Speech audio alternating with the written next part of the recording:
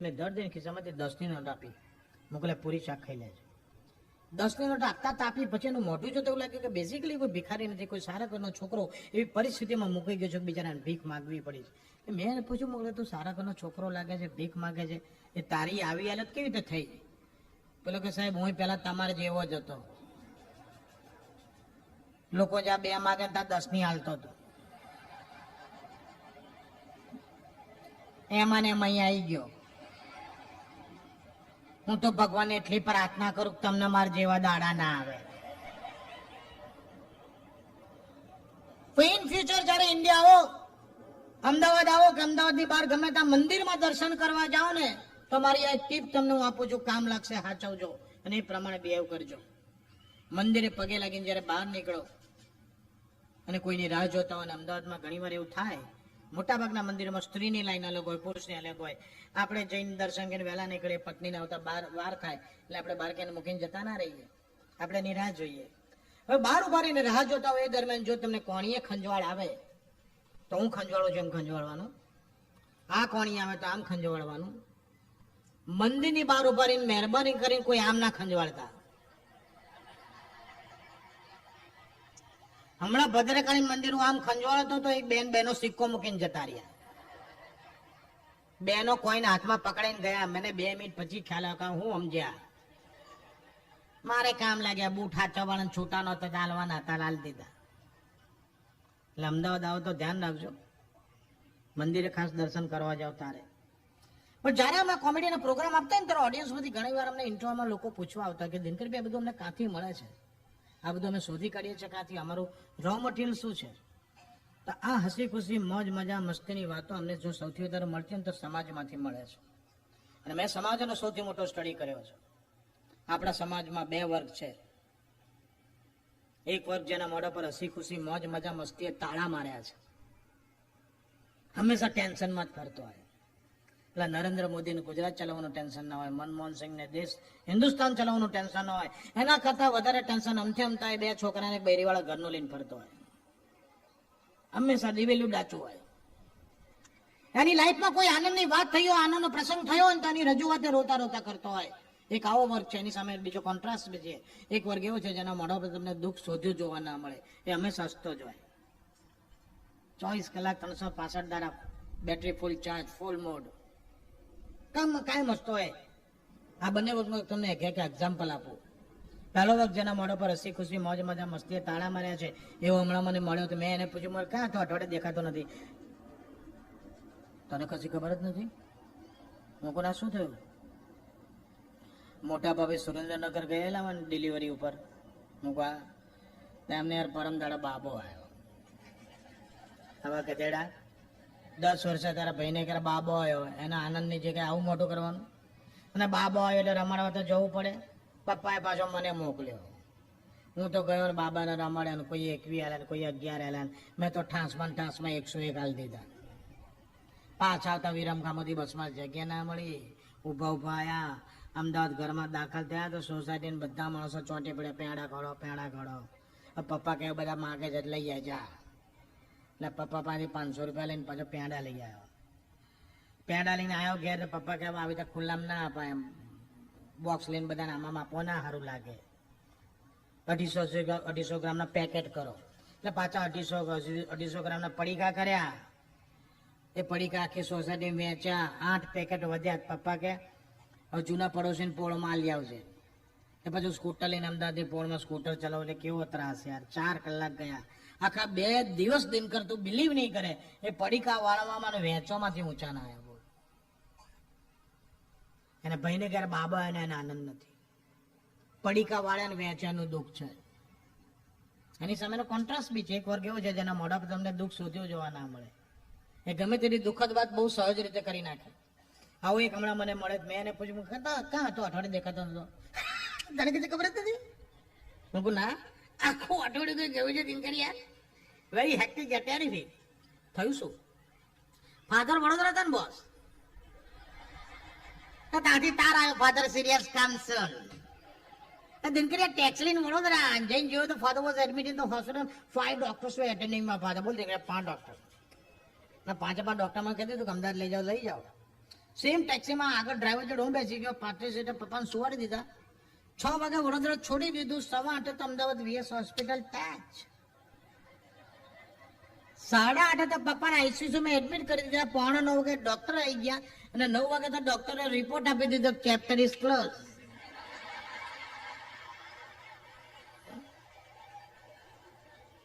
અને 9:05 તો પપ્પા ઓફ યાર. એટલે આ ગધેડા તારા બાપા મરી ગયા છે, હું ચપટા વગાડી કે 9:05 પેપે.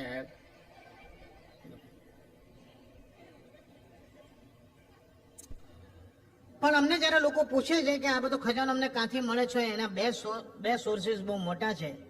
એક આપણામાં પડી ગયેલી આદત અને બીજી આપણી ભાષા. આદત એટલે ટેવ, કુટેવ, હેબિટ. આદત, ટેવ, કુટેવ, હેબિટ. આ બાબતમાં મારું માનવું એવું છે કે દુનિયામાં હજી સુધી એવો કોઈ માણસ પેદા નથી થયો કે જેને કોઈ ટેવ કુટેવ ના હોય, હેબિટ ના હોય, આદત ના હોય. પછી ગાંધીનગર બેઠો મિનિસ્ટર, દિલ્હી બેઠો પ્રાઇમ મિનિસ્ટર, અમદાવાદ વડોદરાનો, સિડનીનો કે સિંગાપુરનો, ઓર્ડિનરી માણસ હોય. દરેકમાં ભગવાને આદત આપેલી જ છે. અને મિનિસ્ટરો, પ્રધાનો, અમને તો ભગવાને 2 આદત આપી છે. એક માઇક જોઈને ભાષણ ઠોકવાની, બીજું ઉદઘાટન કરવાની. ઘણા તો ગાંધીનગર ખિસ્સામાં કાતર રાખીને હોઈ જાય છે. પછી ઊંઘમાં ઓશિકાના ગરેબ ચીરી નાખે, બારીન પડદા કાપી આવે, પહેરેલી લુંગીને લેઘાન વેતરી નાખે. પછી બીજી દાડે ખબર પડે ખોટા ઉદઘાટન કર્યા. આપણી બેન દીકરીના લગ્ન હોય ને તો કોઈ મિનિસ્ટરને ના બોલાવાય. ગમે તેટલી ઓળખાણ હોય ને, ગાંધીનગરમાં મારા ભાઈબંધની બેનના લગ્નમાં મિનિસ્ટર આવ્યા, છોકરો છોકરી ચોરીમાંથી, માયરામાંથી, મંડપમાંથી ઉભા થઈને પગે લાગવા માટે વાંકા વળ્યા. પેલા ખિસ્સામાંથી કાતર કાઢીને છેડી કાપી. કઈક આડું આવ્યું નથી, કુડાયું નથી. આ તો એમની એક હેબિટ છે. એમની બીજી હેબિટ છે ભાષણ કરવાની. આપણા પ્રધાનો જયારે માઇક ઉપર આવે ત્યારે માઇકના પબ્લિકના ગાભાડા ઓછા કાઢી નાખે. ઘણી વાર તો એ લોકોને એ ખબર નથી પડતી કે મારે શું બોલે છે, શું બોલી રહ્યો છે. અને તમે તો સિડની બેઠા જાણો છો દેશમાં કેવું અંધેર થઈ જાય છે. આખો પુલ બંધાઈ જાય, એનું ઉદઘાટન થઈ જાય, પછી ખબર પડે કે નીચે નદી નથી.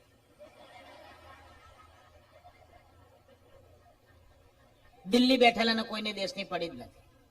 આ કાશ્મીરનો પ્રોબ્લેમ કેટલા વર્ષો થઈ જાય. પાકિસ્તાન કે કાશ્મીર અમારું, આપણે કે કાશ્મીર અમારું. થોડા વખત ચાલે ને પછી નાના મોટા ચમકલા થાય, 2-5 વર્ષે નાનું મોટું યુદ્ધ થાય. કાશ્મીરનો કોઈ પ્રોબ્લેમ સોલ્વ કરતું જ નથી. દિલ્હી બેઠેલા પડી નથી ને અમદાવાદમાં હારું મને કોઈ પૂછતું નથી.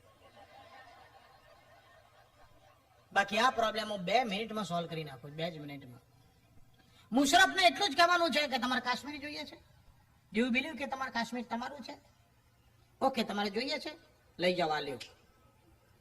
કાશ્મીર આલ્યું, પણ એટલું કાશ્મીર નહીં મળે. કાશ્મીર જોઈતું હોય તો લાલુ યાદવ સાથે આખું બિહાર લેવું પડશે. પેલો ના પડે કે રાવલપિંડી એમને માલ દઉં, માર નહીં જોતું કાશ્મીર, એ જોખમ નથી લેવું. અને લાલુ યાદવને તો કેટલો બદનામ કરી નાખ્યો. આ દેશની મોટી તકલીફ એ છે, સારા કામ કરવા વાળો બદનામ જ થાય છે. અને ઘાસચારા કૌભાંડમાં કેટલો બદનામ કરી નાખ્યો. બાકી એને કઈ ખોટું નથી કર્યું. એક સિમ્પલ લોજિક તમને કહું કે ગાય ઘાસ ખાય, કોઈ પણ જનાવર ઘાસ ખાય તો શું હાલે? ઘાસ ખાઈને આપે શું? દૂધ આપે ને. એને ડાયરેક્ટ રબડી આલી દી.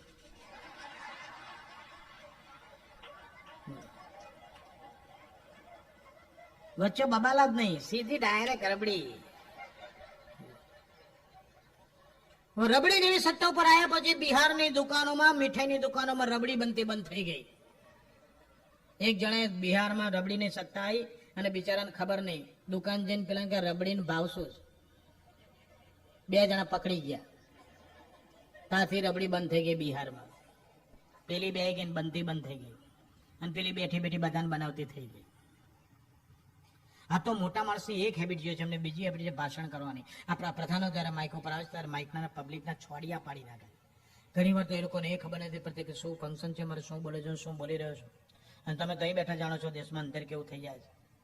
મિનિસ્ટરો બોલવા માટે ઉભા થાય, પતી ગયું. ટાઈમ લિમિટના એ લોકોને કોઈ મર્યાદા જ ના હોય. એક મિનિસ્ટર એટલું બધું બોલ્યા, ઓડિયન્સમાં હું બેઠેલો 1.5 કલાક.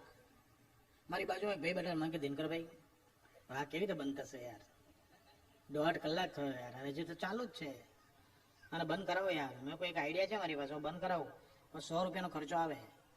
મેં કે 100 નહીં બાપુ, 200 આલો. 5 મિનિટમાં બંધ થવો જોઈએ. 5 નહીં, 3 જ મિનિટમાં બંધ થાય. મેં એક નાના ટોટિયાના નાના છોકરાને એક ચિઠ્ઠી લખી ના આલી, મેં કીધું પેલો બોલે છે ના લ્યાય. ચિઠ્ઠી આપીને પેલો છોકરો ઉતરીને આમ જતો રહ્યો. મિનિસ્ટર ચિઠ્ઠી વાંચીને કીધું કે તો આ સાથે જ હું મારું પ્રવચન અહીંયા પૂરું કરું છું. આપ સૌએ મને શાંતિથી સાંભળે બદલ ખૂબ ખૂબ આભાર. Thank you very much. જય હિન્દ, જય ભારત. એટલે મને કે દિનકર તારો આઈડિયા કામ લાગી ગયો, બંધ થઈ ગયો. ચિઠ્ઠીમાં તો લખ્યું તો શું? મૂકું એના 100 બીજા એક્સ્ટ્રા. મને કે આલ્યા તું મને ક્યાં શું લખ્યું હતું? મૂકું કશું જ નહોતું લખ્યું. એ ચિઠ્ઠીમાં એટલું જ લખ્યું હતું કે વડીલ તમે 1.5 કલાકથી બોલો છો પણ તમારા પોસ્ટ ઓફિસની ચેન ખુલ્લી છે. હવે એ પોઝિશનમાં એ ના નીચે જોઈએ કે એ ના ખુલ્લી હોય તો બંધ કરી શકે, અને બંધ થયા વગર કોઈ છૂટકો જ નથી. આ જોક હું બહુ જગ્યાએ કહેતો નથી કે ઘણી વાર ઓડિયન્સ માંથી આ કહું ને 15 મિનિટ પછી મને ચિઠ્ઠી આવે છે. આજે મને ખાતરી છે આજે કોઈ એવું નહીં કરે. મિનિસ્ટરો ઉદઘાટન કરવા જાય ને પછી જગ્યા ગમે તે હોય, ઉદઘાટન કર્યા પછી 2 વાક્યો 2 શબ્દો આશીર્વચનો બોલે છે. સૌરાષ્ટ્રમાં એક અનાથ આશ્રમનું ઉદઘાટન કરવા કોઈ મિનિસ્ટર ગયેલા. જગ્યા જોજો, અનાથ આશ્રમ. કાતર મારી ખુલ્લું મૂકી દીધું. પછી અનાથ આશ્રમ વિશે બોલ્યા. શું બોલાય? શ્રોતા નગરજનો, ભાઈઓ અને બહેનો, પહેલાના જમાનામાં આપણે કોઈ પણ શહેરમાં જઈએ તો એ શહેરની જહો જલાલીનો ખ્યાલ, એ શહેરના સર્વાંગી વિકાસનો પરિચય આપણને શહેરમાં કેટલા મંદિર છે, કેટલી મસ્જિદ છે એની પરથી આવતો હતો. પણ હવે જમાનો બદલાયો છે, યુગ પલટાયો છે. હવે એવું નથી રહ્યું. હવે કોઈ પણ શહેરમાં દાખલ થતા પહેલા તમે શહેરની બહાર પૂછો કે આ શહેરમાં અનાથ આશ્રમ કેટલા છે. એ ઉપરથી આપણને શહેરની જાવો જલાલીનો, એ શહેરના સર્વાંગી વિકાસનો ખ્યાલ આવશે. તમને લોકોને કદાચ ખબર ના હોય તો મારે જણાવવું જોઈએ કે આપણા શહેરના આ અનાથ આશ્રમમાં મારો ફાળો કઈ નાનો સોનો નથી. અને હજી જો મને નગરજનોનો સહકાર મળતો રહેશે તો એ ફાળો હું દિવસે ને દિવસે બમણા ને બમણો કરતો રહીશ. આજે તો આપણે આશ્રમ એક નાના 10 બાય 12 ના ઓરડામાં શરૂ કર્યું છે. હું તો જાહેર જનતાને અપીલ કરું છું, યુવક કાર્યકર્તાને વિનંતી કરું છું કે જરૂર પડે રાત દાડો તનતોડ મહેનત કરો ને 5 વર્ષમાં ને 5 માળની મોટી હવેલી બનાવો. તારે થશે કે ના આપણે શહેરી કંઈ કર્યું છે, એટલે આ લઘુ ઉદ્યોગ છે, આ સ્મોલ સ્કેલ ઇન્ડસ્ટ્રીનું યુનિટ છે, આનું 5 માળનું બિલ્ડિંગ સારું લાગે. આ મોટા મોટા માણસની હેબિટ. ઓર્ડિનરી માણસ સિડનીમાં જાઓ કે ઇન્ડિયામાં ગમે ત્યારે તમે ટોકીઝમાં પિક્ચર જોવા ગયા હશો, ટોકીઝમાં ડોરકીપર તમારું સ્વાગત કરે, ટોર્ચ લઈને આટા જ મારતો હોય. ડીમાંથી ઉભાથી જાઓ, એ કાકા ખુરશી પરથી પગ લઈ લો, એ બેન બાબાને ખોળામાં બેહાડો. એને 12 કલાક ટોર્ચ મારે એની એવી આદત પડી જાય કે રાતના 12 વાગે કહે છે ને તેની વાઈફ ઉપર ટોર્ચ મારે. બોયણું ખોલ, એવી ચીજ બોયણું ટોકી છે, 2 ટેબલ કરી વાત કરો, ઘરમાં આવી ગયા છો. અને આવો એક ડોરકીપર દાંત પડાવો તો દાંતના ડોક્ટરે એને ખુરશીમાં બેહાડીને એટલું જ કીધું કે મોઢું ખોલો, પેલો કે ટિકિટ બતાવો. ડોક્ટર કે કેમ? મારે તારા મોઢામાં અંદર બેહીને દાંત પડવાનો છે, ટિકિટ છે ને બધા મોઢું ખોલ. એટલે મોઢું ખોલે એટલે ડોક્ટર એટલું જ પૂછ્યું કયો દાંત પડવાનો છે? પેલા કે બાલ્કનીમાં ડાબી બાજુ ચોથો. હવે અહીંયા ક્યાંથી બાલ્કની હેબિટ. આ મોટા મોટા માણસ હેબિટની વાત કરી, ઓર્ડિનરી માણસની હેબિટની વાત કરી, સ્પેશિયલ કેટેગરીની વાત કરી. સ્પેશિયલ કેટેગરીમાં લઈએ ડોક્ટર. અમારા અમદાવાદના એક ડોક્ટર છે, જીપી જનરલ પ્રેક્ટિશનર. એને એવી હેબિટ છે, પેશન્ટ ગમે તો હોય પેશન્ટને બધું સાંભળે, પછી ડોક્ટર એટલું જ કહે કે ડોન્ટ વરી એટ ઓલ, ગભરાવાની કંઈ જરૂર નથી, I will take care of everything. પણ પહેલાં મારે તમને એક્ઝામિન કરવું પડશે. એટલે તમે અંદર જઈને કપડાં ઉતારી સ્ટ્રેચર ઉપર હોઈ જાઓ પેલા રૂમમાં. ડોક્ટર એટલું જ બોલે. એકવાર મારા કાકા ગયા કે આંખમાં કોંકરી પડી, ભલે પડી, કે અંદર જઈને કપડાં ઉતારીને હોઈ જાઓ. કાકો ગરમ લાવી ગયો, દેખો આંખમાં કોંકરી પડીમાં કપડાં છે ને ઉતારવાના. ડોક્ટરે કહે પછી ઘેર જાઓ. કાકાને તો અમેરિકા ભણીને આ છે કે નવું શીખી આવ્યો છે, આંખની કાંકરી કદાચ કપડા નડતા હોય. એટલે કાકો તો ગયો બિચારો પેલી રૂમમાં. અંદર જઈને જો તો એક માણસ કપડા ઉતારેલો ખૂણામાં ટૂંટી વળીને બેઠેલો, એક માણસ કપડા ખભે નાખીને બાયણીને પાછળ ઉભેલો. કાકો પેલા બેની પાસે જઈને કે ભાઈ મને તો આંખમાં કોંકરી પડી છે ને પેલો ગોડો કપડા ઉતરાવા છે, તમને શું થયું? પેલા 2 જણા કે અમને તો કશું નથી થયું, અમે તો એમનો ટેલિફોન રિપેર કરવા આવ્યા છીએ. ડોક્ટર કોઈનું સાંભળતો જ નહીં, દવાખાનું ખોલી ત્યાં અમે અહીં બેઠા છીએ. એ નહીં અંદર આવતો નથી અમને બહાર જવા દેતો. આ બધા પ્રકારની હેબિટની વાત કરી. પણ ટોકીઝમાં જયારે આપણે પિક્ચર જોવા જતા હોઈએ છીએ ને, આજકાલ તો આપણે વિડીયો ઉપર પિક્ચરો આવતા થઈ ગયા. વિડીયો પર કેસેટો બધી ભાડે મળતી થઈ ગઈ, ડીવીડી મળતી થઈ ગઈ. એ ટોકીઝમાં જવા વાળો વર્ગ હવે ઓછો થઈ ગયો. પણ વિડીયો ટોકીઝમાં પિક્ચર જોવા ભૂતકાળમાં તો તમે ગમે ત્યારે ગયેલા જ હશો. અને ટોકીઝમાં જયારે પિક્ચર જોવા જઈએ ને તો એક આ પ્રેક્ટિકલ જોક ઘણી વાર જોવા મળતો હોય છે. આઈ ડોન્ટ નો તમારામાંથી કોઈ થયો હોય કે ના થયો હોય, પણ આ એક એક્ટિંગ નો જોક છે એટલે મારે ઉભા થવું પડે છે. પછી જોઈશ ફાવશે ત્યાં ઉભો રહીશ. ટોકીઝમાં પિક્ચર જોવા ને એમાં ઘણા માણસોને એવો ક્રેઝ હોય, ફર્સ્ટ ડે ફર્સ્ટ શો, એટલે શુક્રવારે બપોર 12 થી 3 ના શોમાં પિક્ચર જોવા પહેરી જાય. એમાં ઘણાને પિક્ચર કરતા ઇન્ટોલમાં વધારે રસ હોય. ઇન્ટોલ પડતો નથી, પેલું હુડ હુડ કરીને બહાર નીકળી જાય. રોડ ક્રોસ કરીને ચાની કેટલી જાય, પાન ખાતા હોય, મસાલા ખાતા હોય, ચા કોફી પીતા હોય, એની જોડે કોઈ વડીલ કે નાનો છોકરો આવ્યો હોય તો એના માટે સિંગ સાકરે વેફર પોપકોર્ન ને પડીકા લઈને એટલો બધો સમય બહાર બગાડીને ફરી ટોકીઝમાં દાખલ થાય ને તો અહીંયા પિક્ચર ચાલુ થઈ ગયું હોય. હવે એકદમ બ્રાઇટ સનલાઇટમાંથી બપોરના 1:30 વાગ્યાના અમદાવાદના ધોમધકતા તાપમાંથી થિયેટરના અચાનક અંધારામાં આવી જાવ ને તો સરોવરમાં તમને કાંઈ જ ના દેખાય. એટલે બહારના તડકાનો ગ્લેર આંખો પર એટલો બધો હોય કે અંધારામાં કશું જ તમને વિઝ્યુલાઇઝ ના થાય. પણ એક ખૂણામાં તમે જો 35-40 સેકન્ડ શાંતિથી ઉભા રહો, તો 1 મિનિટ માટે આંખો બંધ કરી દો, પછી આંખ ખોલો, પછી તમે વિઝ્યુલાઇઝ કરી શકો તમારી કઈ રો છે, તમારી કઈ ચેર છે. પણ ઘણામાં આટલી ધીરજ ના હોય. ઇન્ટોલ પછી 5-10 મિનિટ આવે, બે બાકડો થઈને હાથમાં મોટા પડીકા હોય, ધ્યાન સામે શ્રીદેવીમાં હોય, અને એક હાથ આમ કરતો હોય, અને ગમે તે રોમાં ઘૂસે. માની લો કે આ એક રો છે, પેલો માણસ ત્યાંથી ઘૂસે છે.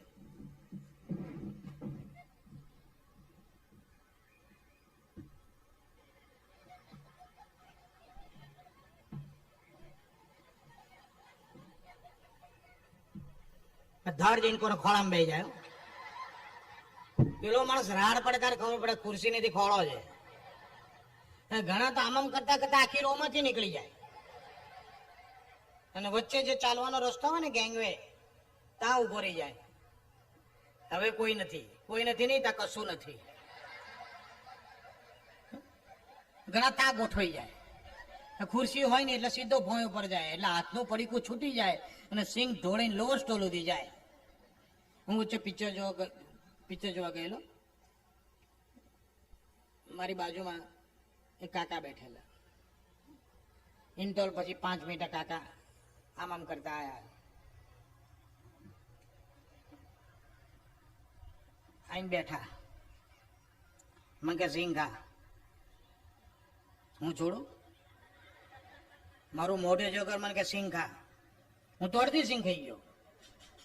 પછી રિફ્લેક્શનમાં મારું મોઢું દેખાય, મને કે તું સિંગ ખાઈ ગયા? તારા માટે લાવ્યો છું. મેં કહ્યું તમે કીધું પછી ખાધી છે ને, તારા માટે જ લાવ્યો. પછી મને ખબર પડી કાકા જેના માટે સિંગ લાવ્યા હતા ને એ ભાઈ 3 રો પાછળ હતા. કાકો ખોટી રોમાં ઘૂસી ગયો, મને અડધી સિંગ ખવડાવી. પણ આ મોટા માણસ, ઓર્ડિનરી માણસ, સ્પેશિયલ કેટેગરી બધાની વાત કરી, પણ એક એવી આદત બતાવું છું જે આદત અહીં બેઠેલા બધાને છે, તમને છે, મને છે, આપણા સગાવાલાને છે, આપણા ભાઈબંધોને છે, આપણા પડોશીઓને છે. આ કઈ આદત છે? અર્થ વગરના સવાલ પૂછવાનો. જવાબ એમની સામે હોય તો આપણે લોહી પીતા હોય. આપણે બહારગામ જતા હોઈએ, ઘરને તાળું મારીએ, રિક્ષામાં ટેક્સીમાં સામાન મૂકતા હોઈએ, 2-3 જણને આવજો ગુડ બાય કહેતા હોઈએ, તો પડોશમાંથી એકાદ બે નાઈને તો પૂછે છો બહાર કેમ જાવ છો? આટલા બધા લબા ચાલીને તારો બાપ પાન ખાવા જાય હરી? એને ખબર છે આપણે બહારગામ જતા હોય પૂછે. બહારગામ થી પાછા જે આપણું માણું ખોરીને આપણો સામાન આપણા ઘરમાં ગોઠવતા હોઈએ તો પાછા જ બનાવે આવી ગયા. અમે કે ના અમે નથી, અમે પરમ દિવસ આવીએ છીએ. આ તો શોપિંગ બહુ થઈ ગયું એટલે હમણાં મૂકવા આવે છે, હમણાં જતા રહીએ. આપણે માંદા પડે, ડોક્ટર આવે, ડોક્ટર ઇન્જેક્શન મારતા હોય, દવાની શીશી જોડે પડી છે, પડોશી ખબર કાઢવા આવે તો પહેલું પૂછે માંદો પડ્યો? તો શું નાટકના રિહર્સલ ચાલે છે? આ ઇન્જેક્શન ઓછી કમાવાનું છે એટલે મારી નસમાં જાય છે. અને સાહેબ અમે અમદાવાદમાં જે માંદાની ખબર કાઢીએ છીએ ને એ તમે સિડની વાળા કોઈ જોઈ જાઓ ને તો તમે એમ જ કહો દિનકર બી એને ખબર કાઢી ના કહેવાય, એને ખબર લઈ નાખી કહેવાય. અમારે તો વિઝિટિંગ અવર્સ દરેક હોસ્પિટલમાં હોય છે, સવારે 8 થી 10 કે સાંજે 5 થી 7 કે 4 થી 6. તો 80% લોકો નોન વિઝિટિંગ અવર્સમાં મળવા જાય. એની પાછળનું લોજિક કેવું, વિઝિટિંગ અવર્સમાં એટલા બધા સગાવાલા બેઠા હોય છે ને કે પેલા ખબર એને આપણે આવીને ગયા. પણ થોડી વાર નર્સ ધક્કા મારે, ચલો હેડો ચલો હેડો, એટલે આપણે બપોરે જ જઈશું શાંતિથી. બપોરે 12 થી 4 માં જાય. હજી અમારે ત્યાં તમારી જેવી બધી સિસ્ટમ નથી આવી કે 5 રૂપિયાનું ગેટ વેલ સોનનું કાર્ડ કે 10 રૂપિયાનું ફ્લાવર બુકે કે 15 રૂપિયાનું ફ્રૂટ, એ બધું નથી લઈ જતા. ભલે ના લઈ જાય, ઘણા ઘેરથી બે નાના છોકરાને લઈને જાય અને દર્દીના ખાટે પડેલું ફ્રૂટ અને છોકરાને ખવડાવે. ચલ એક ચીકુ તું લઈ લે, એક એપલ તું ખા. ખાવા છે કાકાને ખબર કાઢવા, કોઈ દિવસ નહીં લઉં, ભૂખડવેડા કરશો તો. છોકરાને તો ફ્રૂટ આપીને ચૂપ કર્યો. હવે દર્દીની પથ્થર ઠોકે. પેલો પથ્થરીમાં હૂતો છે, એના ખાટલે બેન એને ગોદા મારીને ઉઠાડે. પેલો પેશન્ટ ઉઠેલા પૂછે કેમ છો? પેલો બિચારો પડે પડે કે સારું છે. શું રિપોર્ટ આવી ગયા બધા? ત્યાં ગઈકાલે જ બધા ટેસ્ટ થઈ ગયા. શું નીકળ્યું? શું ડાયગ્નોસિસ શું થયું? જોન્ડિસ, કમળો. હા ડૉક્ટર કમળો કીધું, જોન્ડિસ કીધું? તો કે હા.